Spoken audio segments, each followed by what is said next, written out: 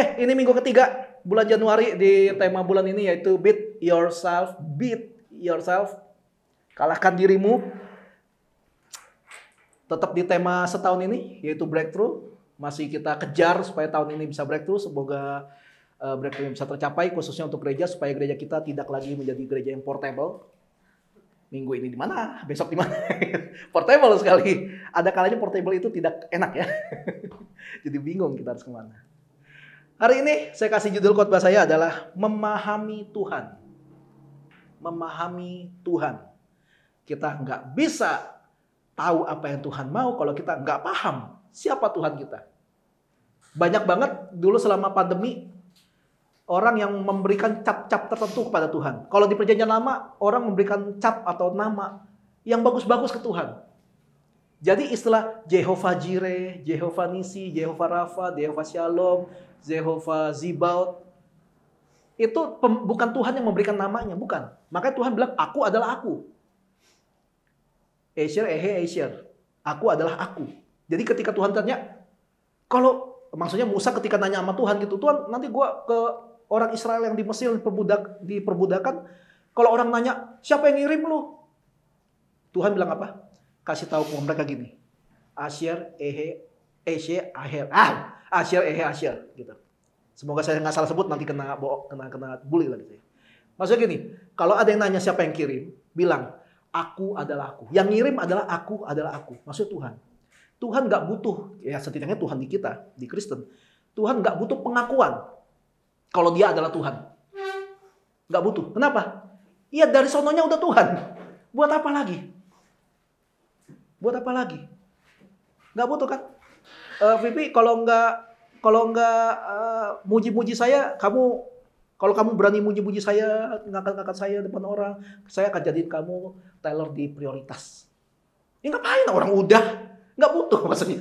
Nggak butuh buat gitu-gituan. Sama, Tuhan juga nggak butuh pengakuan-pengakuan seperti itu gitu. Tahu yang butuh pengakuan siapa?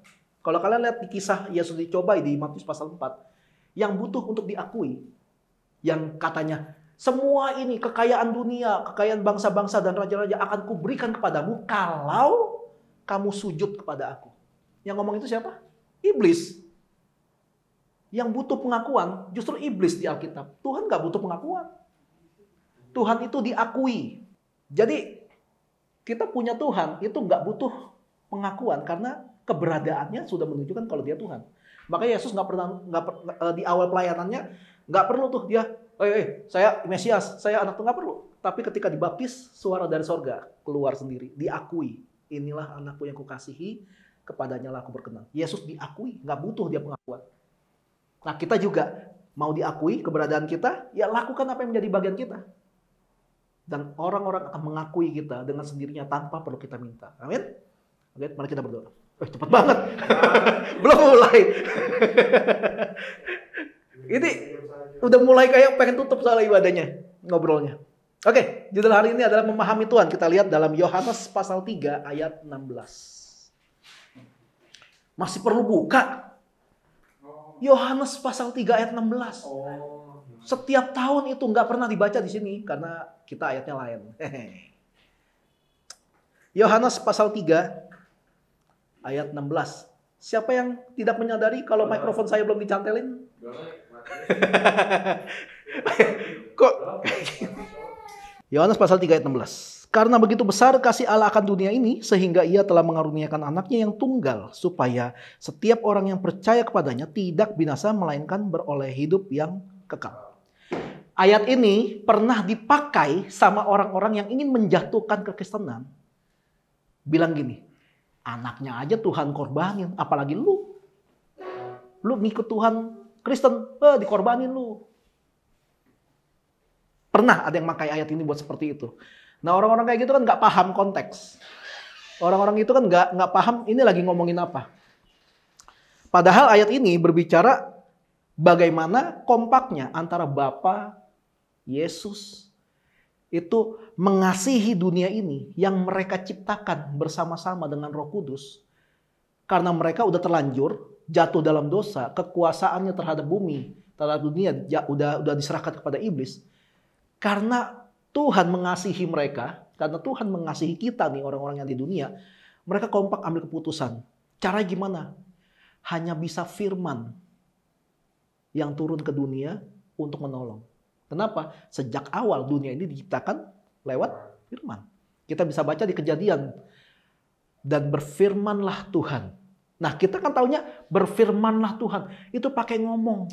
Loh bukan, firman itu pribadi. Firman idol. Firman X Factor, ada namanya firman tuh, pribadi kan? Nah, enggak, kita ngomong yang di Alkitab. Firman itu pribadi. Firman itu ya Tuhan itu sendiri. Firman itu ya Allah itu sendiri. Jadi bukannya Tuhan menciptakan dunia ini cuma pakai ngomong. Enggak. Mereka ada pribadi. Mereka bersama-sama turun ke dunia. Lalu mereka kompak. Barangkali bahasanya gini. Bosen nih ya, malaikat melulu ketemu. Bikin yang baru kayak. Ya kali gitu ya. Dia bikinlah akhirnya.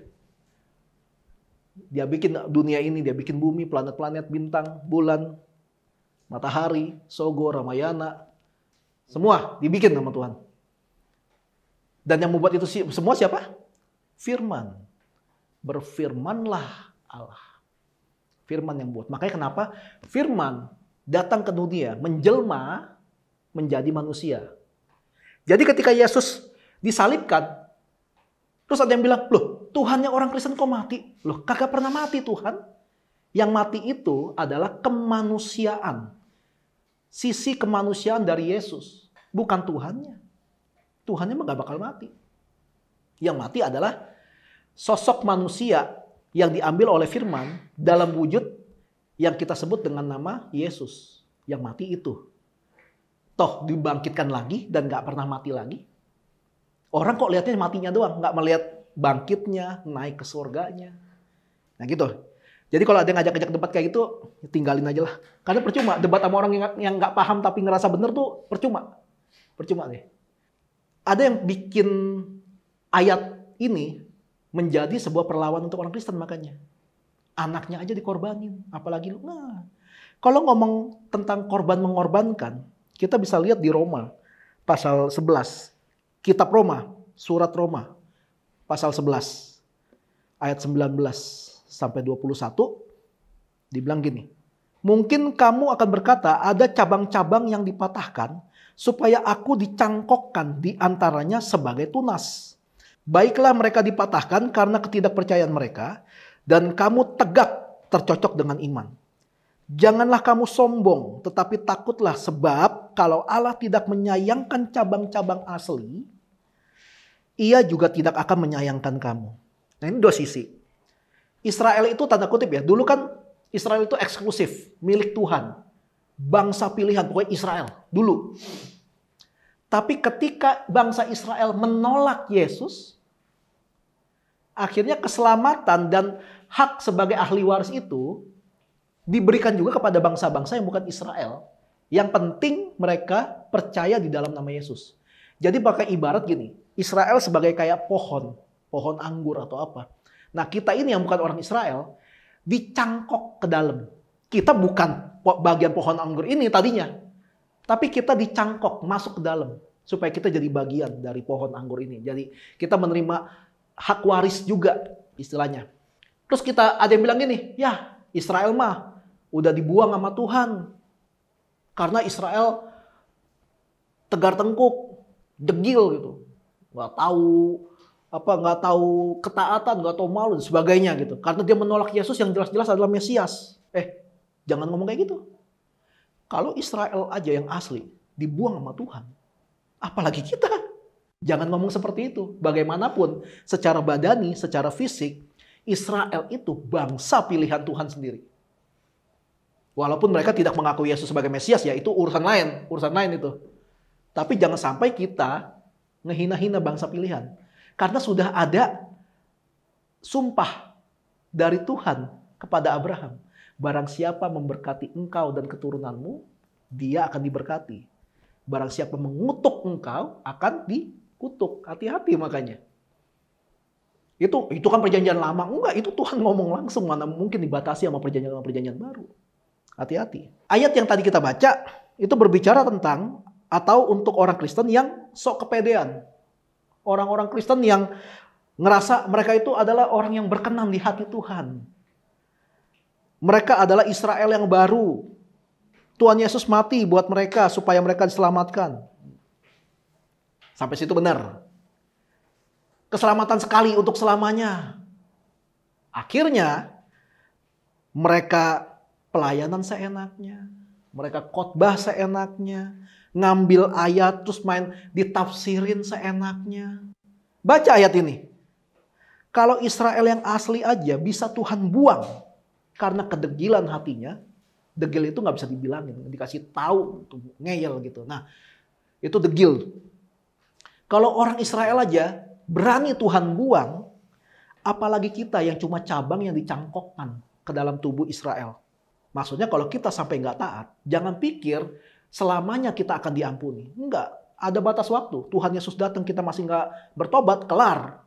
Kelar, jaminan keselamatan udah nggak berlaku lagi akhirnya. Kalau kita nggak mau bertobat. Kalau Tuhan ada kemungkinan membuang orang Kristen yang degil atau tidak taat, kenapa ditulis Tuhan Yesus mati untuk menyelamatkan seluruh dunia? Bukannya lebih enak Yesus mati hanya untuk orang-orang yang percaya kepada Dia. Yang lain biarin aja tetap berdosa. Kenapa nggak gitu? Kalau akhirnya toh banyak juga kan yang tetap nggak percaya sama Yesus kan? Bahkan yang hadir di sana ketika Yesus disalib, banyak juga kan yang percaya. Murid-muridnya malah yang ngelihat langsung pelayanan Yesus 3,5 tahun. Mereka lihat langsung di sebelah Yesus bagaimana Yesus bangkitin orang mati. Mereka lihat langsung orang kusta disembuhin. Lihat langsung roti cuma 5 roti dan 2 ikan milik Roti Boy.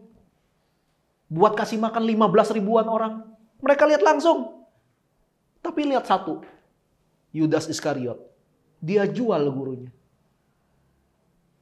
Yang sedekat itu aja bisa jatuh dalam dosa parah. Apalagi kita gitu. Yang kita ketemu Yesus juga gak pernah, beda zaman. Apa yang membuat kita berpikir keselamatan bisa untuk sekali, untuk selamanya? Tanpa kita jaga maksudnya. Jadi kalau kita udah menerima keselamatan, kita jaga itu. Kita punya tanggung jawab untuk jaga keselamatan. Nah, kenapa Yesus mati? Kenapa nggak pilih-pilih aja gitu loh? Kenapa nggak pilih-pilih untuk ya udahlah, toh banyak juga yang nggak percaya Yesus, udahlah bumi dihancurin aja, ngapain sih ditolong gitu? Kenapa nggak gitu aja sih? Kita kalau lihat lagi, kita flashback jauh ke belakang ke zaman Abraham di Kejadian pasal 18 ayat 32. Tahu kisah Sodom dan Gomora? Tahu? Keponakannya ada di sana. Keponakan yang paling disayang sama Abraham. Karena keponakan ini lahir ketika Abraham belum punya anak. Namanya Lot. Sekarang Lot tinggal di Bali. Punya tanah dia di sana. Kejadian pasal 18 ayat 32 bilang gini. Katanya, janganlah kiranya Tuhan murka kalau aku berkata lagi sekali ini saja. Ini kata Abraham nih. Sekiranya 10 didapati di sana. Firman-Nya. Aku tidak akan memusnahkannya karena yang 10 itu. Nah, ini adalah doa syafaat dari Abraham kepada Tuhan. Ketika Tuhan bilang ke Abraham. Nah, ini uniknya kita punya Tuhan. Tuhan kalau pengen melakukan sesuatu terhadap seseorang atau tempat yang punya hubungan sama kita, Tuhan ngomong dulu sama kita.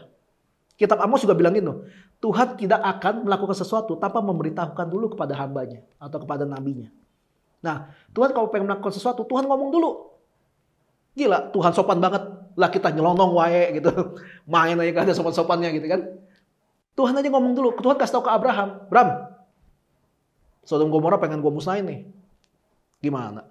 Ya, mungkin gitu ya. Gitu, mungkin gitu. Kalau gue nyai Tuhan ngomongin gitu kali. Karena Tuhan tahu di sana ada Lot. Mungkin Tuhan, Abraham juga gak bakal bisa menyalahkan Tuhan karena komen dia hancurin aja Tuhan jahat gitu ya. Mungkin Abraham nggak bisa ngomong gitu juga gitu. Tapi Tuhan tahu Abraham itu sesayang apa sama Lot, makanya Tuhan kasih tahu. Nah, Abraham sebelum nolong Lot keluar dari Sodom dan Gomora, Abraham bersyafaat, doa khusus, doa yang panjang sama Tuhan, itu syafaat.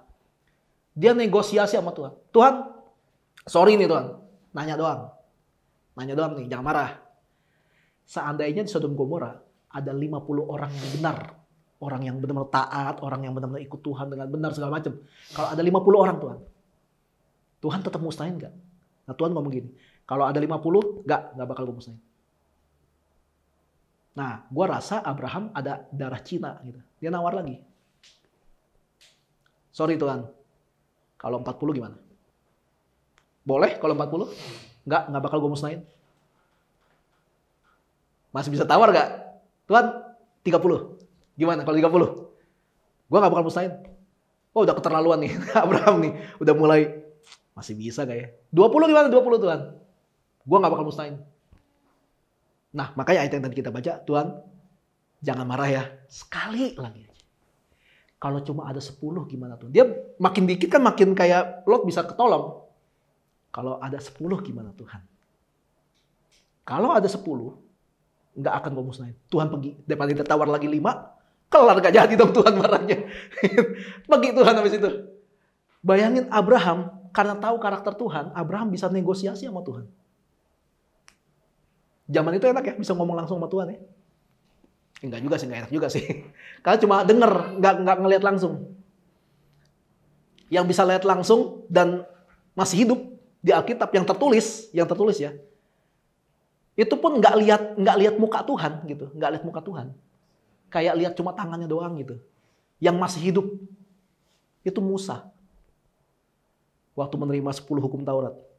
Tahu akibatnya Musa ngelihat tangan Tuhan menulis hukum Taurat tuh? Akibatnya Musa turun dari gunung.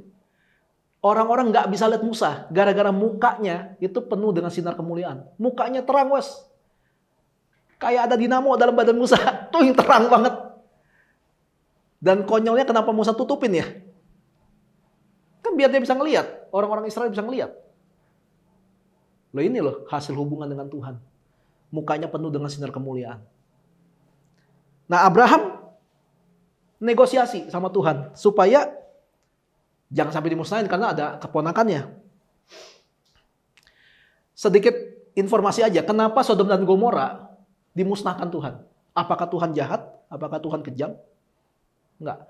Sodom Gomora itu terlalu kelewatan dosanya. Terlalu parah. Parahnya seberapa? Keparahan mereka adalah paling banyak soal masalah nafsu seksual. Menurut catatan-catatan ini ya, di Alkitab nggak tertulis. Mereka bisa berhubungan badan dengan siapa kek ketemu di jalan, lagi naik nih, udah, yuk, sik, gitu. Mereka sering bikin perayaan, menurut kitab referensi yang lain, mereka sering bikin perayaan sebulan sekali atau 40 hari sekali. Acara kumpul bersama dan pesta begituan. Setiap bulan.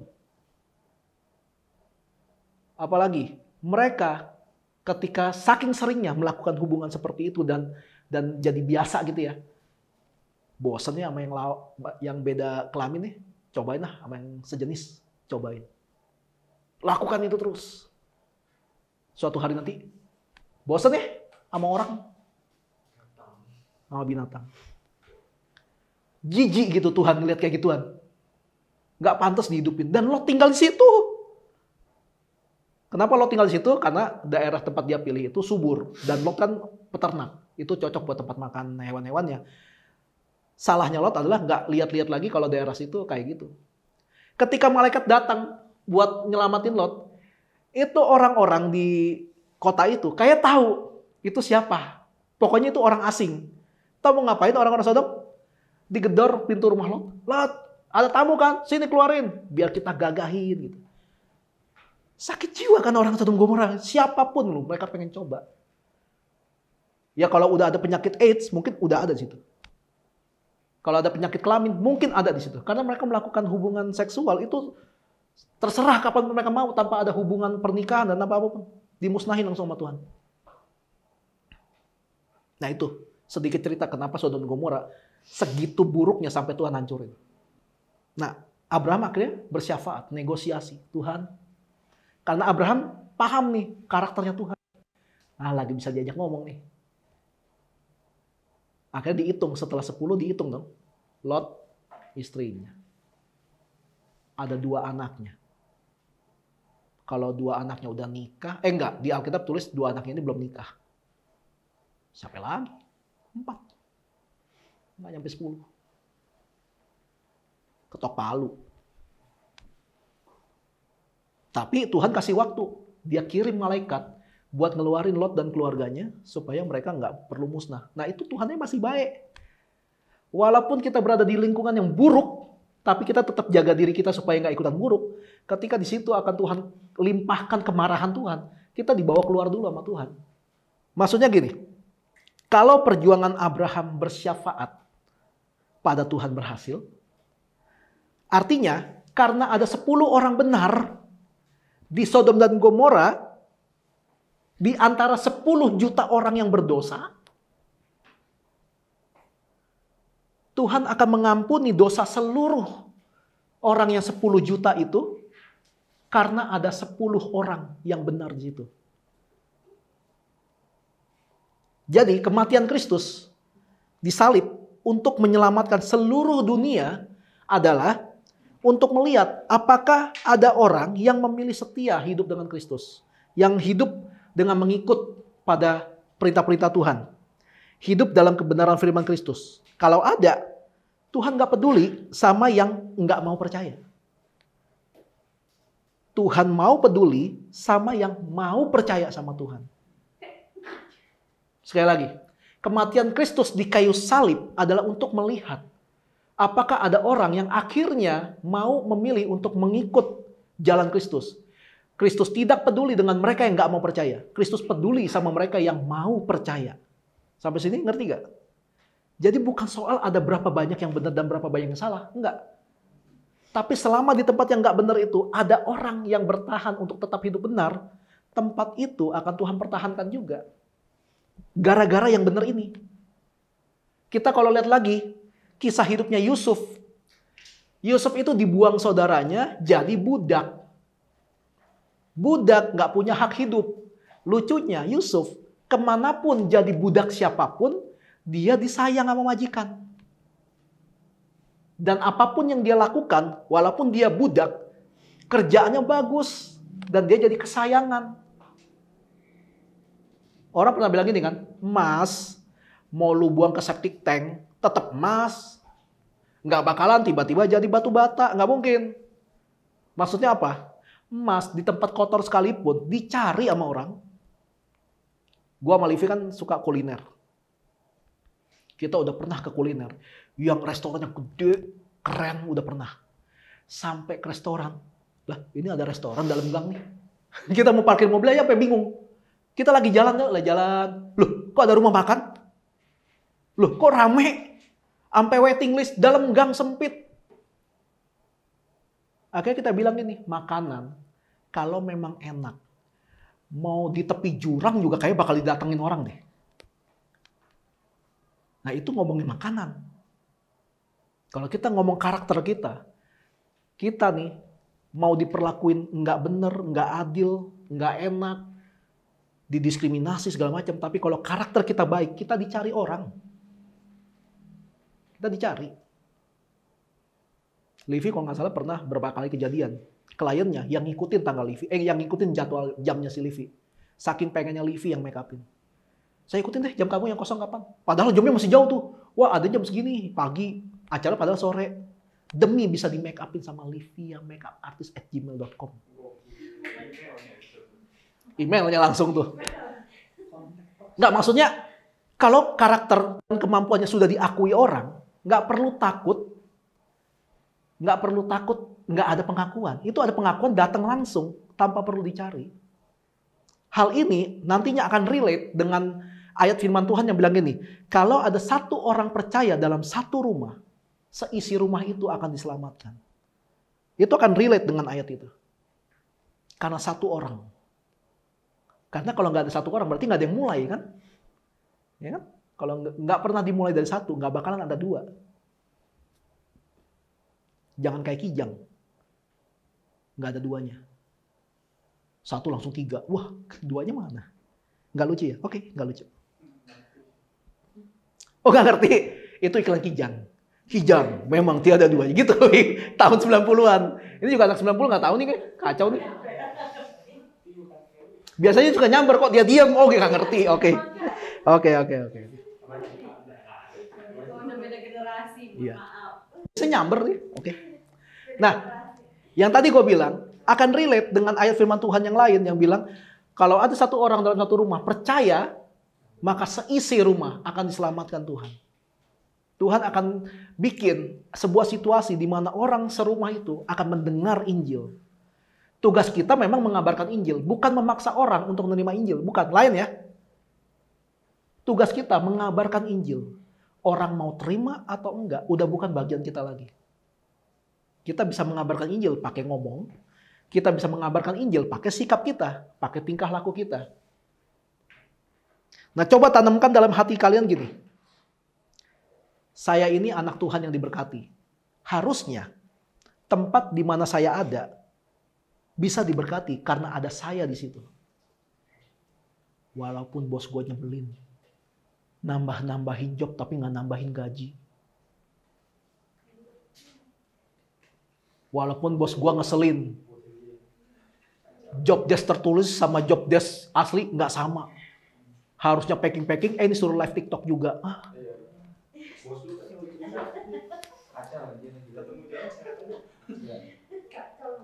Tapi kita tanamin mental seperti itu. Harusnya tempat di mana kita ada, karena kita kan anak Tuhan, anak yang diberkati, harusnya tempat itu akan diberkati karena ada kita di situ. Itu yang firman Tuhan bilang. Maksudnya gimana? Maksudnya gini. Kalau kita kerja sama seseorang, usahakan ketika kita mau nggak mau keluar dari tempat itu akan merasa kehilangan sama kita. Jadi kalau mau keluar dari tempat kerja atau keluar dari manapun, jangan keluar karena konflik. Usahakan jangan keluar karena konflik. Kecuali kalau dikeluarkan, lain cerita ya, mau gimana kalau dikeluarkan. Tapi keluar, emang karena lu mau perbesar kapasitas lu dan tempat itu sudah tidak cukup untuk mengembangkan potensi kita lagi. Akhirnya ketika kita keluar, tempat itu akan merasa kehilangan karena kita keluar. Nah, dengan memiliki mental dan pemahaman yang benar tentang hidup kita di mata Tuhan, akan sangat membantu kita untuk memahami apa yang jadi kehendak Tuhan dalam hidup kita. 1 Korintus pasal 2 ayat 9, ini sebenarnya terkenal tapi nggak tahu kalian tahu apa enggak. Tapi anak-anak sini gue lihat suka baca Alkitab memang. Baca kamusnya. Nggak pernah baca kitab bener ya, kamus. Dinar apa sih? Oh, Dinar DJ, oke. 1 Korintus pasal 2 ayat 9, yang ketawa pasti tahu. Udah. Tetapi seperti ada tertulis, apa yang tidak pernah dilihat oleh mata, dan yang tidak pernah didengar oleh telinga, dan yang tidak pernah timbul dalam hati manusia, semua yang disediakan Allah untuk mereka yang mengasihi Dia. Tuhan kalau mau kasih sesuatu, ujungnya ada syaratnya. Makanya jangan ambil depannya doang. Roma 8 ayat 28. Allah turut bekerja dalam segala sesuatu untuk mendatangkan kebaikan. Amin. Padahal ada ujungnya. Yaitu bagi mereka yang hidupnya sesuai dengan firman Tuhan. Jangan dipotong, bos. Makanya kenapa kita percaya firman tapi nggak pernah terjadi apa-apa dalam hidup kita. Ayatnya lu potong-potong. Jadi kalau firman Tuhan yang tadi kita baca, kesimpulannya tuh gini, kalau kita benar dan sungguh-sungguh mengasihi Tuhan, firman Tuhan berkata, kita akan diberkati dengan berkat yang tidak pernah kita sangka. Berkat apa yang belum pernah kita lihat pakai mata. Berkat yang tidak pernah kita dengar, belum pernah kita dengar sebelumnya. Dan yang paling keren adalah berkat yang bahkan belum pernah kita pikirin. Kita nggak pernah duga-duga ada berkat seperti itu. Dibilang apa? Berkat yang itu semua disediakan Tuhan bagi mereka yang mengasihi Tuhan. Makanya Yesus ngomong, carilah dahulu kerajaan Allah dan kebenarannya. Maka semuanya akan ditambahkan kepadamu. Ditambahin apa? Baca atasnya. Atasnya ngomong tentang hal kekhawatiran.